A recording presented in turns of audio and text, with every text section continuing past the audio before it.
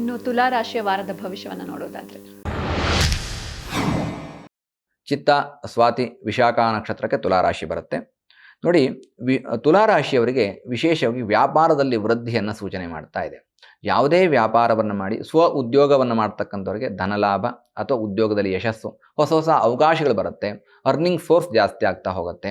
ಅಥವಾ ಉದ್ಯೋಗ ಕ್ಷೇತ್ರದಲ್ಲಿ ಏನು ಗ್ರೋತೇ ಇಲ್ಲ. ಎಷ್ಟೊಂದು ಜನ ನಮ್ಮಲ್ಲಿ ಪ್ರತಿನಿತ್ಯ ಬಂದಾಗಲೂ ಕೇಳ್ತಾ ಇರ್ತಾರೆ, ಗುರುಗಳೇ ಆ ವ್ಯಾಪಾರವನ್ನು ಮಾಡ್ತಾ ಇದ್ದೇನೆ, ವೃದ್ಧಿ ಇಲ್ಲ, ಅಥವಾ ವ್ಯಾಪಾರ ತುಂಬ ಡಲ್ಲಾಗಿ ನಡೀತಾ ಇದೆ.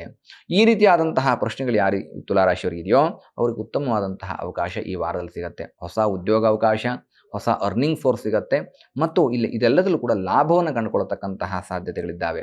ಸದ್ವಿನಿಯೋಗ ಮಾಡ್ಕೋಬೇಕು, ಬರುವಂತಹ ಅವಕಾಶಗಳನ್ನು ಸದ್ವಿನಿಯೋಗ ಮಾಡ್ಕೋಬೇಕು, ಹಣವನ್ನು ಸದುಪಯೋಗ ಮಾಡಿಕೊಳ್ಬೇಕು. ಹೆಚ್ಚಿನದಾಗಿರ್ತಕ್ಕಂಥ ಅಭಿವೃದ್ಧಿಯಿಂದ ಎಲ್ರಿಗೂ ಒಂದು ಆಸೆ ಇರುತ್ತೆ, ಜೀವನದಲ್ಲಿ ಸೆಟ್ಲ್ ಆಗಬೇಕು ಅನ್ನುವಂಥದ್ದು. ಈ ಥರದ ಅವಕಾಶಗಳನ್ನು ಸದುಪಯೋಗ ಮಾಡಿಕೊಂಡು ಲಕ್ಷ್ಮೀನಾರಾಯಣರ ಆರಾಧನೆ, ಲಕ್ಷ್ಮೀ ಮಂತ್ರಗಳನ್ನ ಹೇಳ್ಕೊಳ್ತಕ್ಕಂಥದ್ರಿಂದ ಧನಾಭಿವೃದ್ಧಿಯನ್ನು ಕಾಣ್ತೀರಿ, ಮತ್ತು ವ್ಯವಹಾರ ಅಥವಾ ಉದ್ಯೋಗ ಕ್ಷೇತ್ರದಲ್ಲಿ ಯಶಸ್ಸನ್ನು, ಜಯವನ್ನು ನಿಮ್ಮದಾಗಿಸಿಕೊಳ್ತೀರಿ.